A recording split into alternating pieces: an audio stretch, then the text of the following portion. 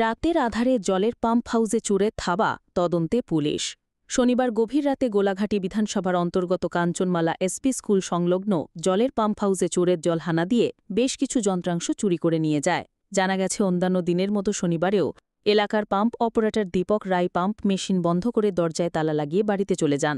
সেদিন গভীর রাতে ওই পাম্প হাউসে চোরের দল প্রথমে নেশা করে দরজার তালা ভেঙে ভেতরে প্রবেশ করে মেশিনে সরকারি মূল্যবান তার সহ নতুনভাবে বসানো জলের ফিল্টার করা দুটি মূল্যবান মেশিন খুলে নিয়ে যায়।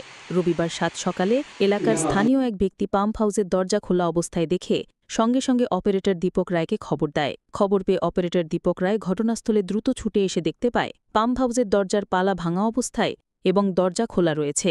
দীপক রায় পাম্প হাউসের ভেতরে প্রবেশ করতেই দেখতে পায় মেশিনের মূল্যবান তার সহ জলের ফিল্টার করা দুটি মূল্যবান মেশিন নেই। তখন ওই দীপক রায় বুঝতে পারেন যে এই পাম্প হাউসে শনিবার গভীর রাতে চোরের দল থাবা বসিয়েছে। সঙ্গে সঙ্গেই অপারেটর দীপক রায় বিষয়টি স্থানীয় কাঞ্চনমালা গ্রাম পঞ্চায়েত প্রধান রাজেশ দাসকে সহ বাধারঘাট স্থিত DWS দপ্তরের আধিকারিকদের জানায়। পরে কাঞ্চনমালা গ্রাম পঞ্চায়েত প্রধান রাজেশ দাস এই চুরির ঘটনাটি আমতলী থানার পুলিশকে জানায়। খবর পেয়ে ঘটনাস্থলে আমতলী থানার পুলিশ সহ এলাকার পঞ্চায়েত প্রধান রাজেশ দাস ছুটে এসে এই চুরির ঘটনাটি প্রত্যক্ষ করে। এদিন সংবাদ মাধ্যমের মুখোমুখি হয়ে পঞ্চায়েত প্রধান রাজেশ দাস দেখুন বিস্তারিত DD report news on Tiprasa. আমি কাঞ্চনমালার প্রধান রাজেশ দাস। আজকে সকালবেলা হঠাৎ করে আমরা দেখতে পাই যে আমাদের যে এখানে কাঞ্চনমালা এসবি স্কুল সংলগ্ন যে এলআই মেশিনটা আছে, এটা কিছু সামগ্রী চুরি হয়। আমরা দেখতে পাই এখানে মোটামুটি 50-60 হাজার টাকার মতো জিনিস চুরি হয়ে যায়। তখন আমরা থানাতে খবর দিই, আমতলী থানাতে। খবর দেওয়ার পর তারা এসেছে, আমতলী থানার ওসিরা এসেছে, সব দেখে গেছে। আমরা ওখানে একটা জিডি এন্ট্রি অবশ্যই আমরা করব।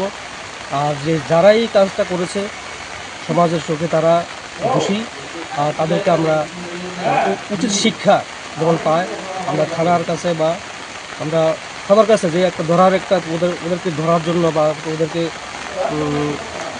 যে কোনোভাবে থানার কাছে আমরা একটা আবেদন রাখবো, ওনাদেরকে উপযুক্ত শাস্তি জীবন প্রদান করা হয়।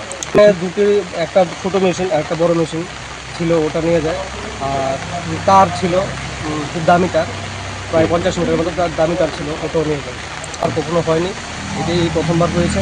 যারা এই কাজটা করেছে খুব সাহসিকতার সহিত, একটু সাহসিকতা একটু বেশি মনে হয়, একদম এক্সপার্ট টুল যাদের বলা হয়, ওরা এই কাজটি করছে আমার মনে হয়। নেশা সামগ্রীও আছে পরে আছে। যারা এই কাজটা করেছে ওরা মনে হয় একটু আনন্দ ফুর্তি করে তারপরে কাজটা করেছে।